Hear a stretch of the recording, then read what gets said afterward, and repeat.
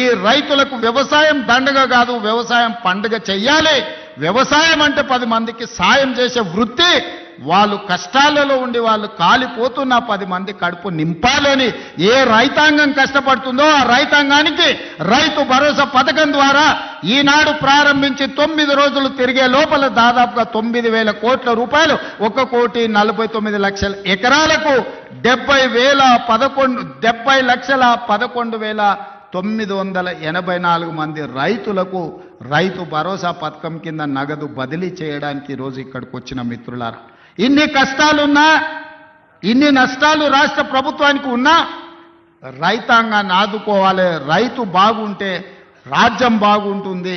ఇవాళ రైతు చేతుల నగదు ఉంటే అప్పులోల చేతుల బలి కాకుంటాడు. అప్పులకు మిత్తీలకు ఇవాళ వెళ్ళి రైతు బలి కాకూడదన్న ఏకైక లక్ష్యంతోనే ఈరోజు ఈ కార్యక్రమాన్ని తీసుకున్నాం.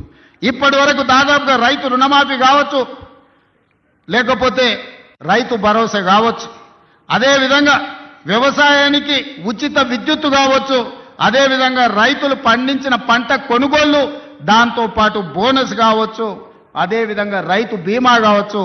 ఈ 18 నెలలల్లా కొనుగోలుతో సహా మొత్తం కలిపితే 1,01,728 కోట్ల రూపాయలు ఖర్చు పెట్టిన రాష్ట్రం తెలంగాణ రాష్ట్రం. ధైర్యంగా పైసకు లెక్క చెప్తా రేపు అసెంబ్లీలో.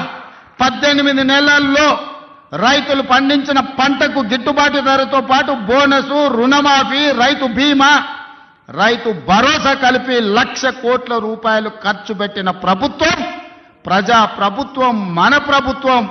ధైర్యంగా గ్రామాలకు వెళ్ళి చెప్పండి. ఏ గ్రామంలో అయినా సవాలు విసురుదాం. ఆ 10 సంవత్సరాలలో వాళ్ళు చేసిన రైతు రుణమాఫీ ఎంత, 1 సంవత్సరంలో మనం చేసిన రైతు రుణమాఫీ ఎంత. గ్రామ సభలు పెడదాం, గ్రామాలలో చర్చ పెడదాం. ఆనాడు వాళ్ళు పండించిన పంట కొనుగోలు చేయడానికి ఐకేపీ కేంద్రాలు తెరవకపోతే ఈరోజు 8,000 పైచీలకు ఐకేపీ కేంద్రాలు తెరవడమే కాదు, 48 గంటలు తిరిగే లోపల ఉత్తమ్ కుమార్ రెడ్డి గారు ఏ రైతు పంట అమ్ముకున్నాడో అతని ఖాతాలో నగదు బదిలీ చేయడమే కాదు, 500 రూపాయల బోనస్ ఇచ్చి ఇవాళ రైతుల ఆత్మగౌరవం పెంచే విధంగా ఈరోజు రాష్ట్ర ప్రభుత్వం ప్రయత్నం చేస్తుంది.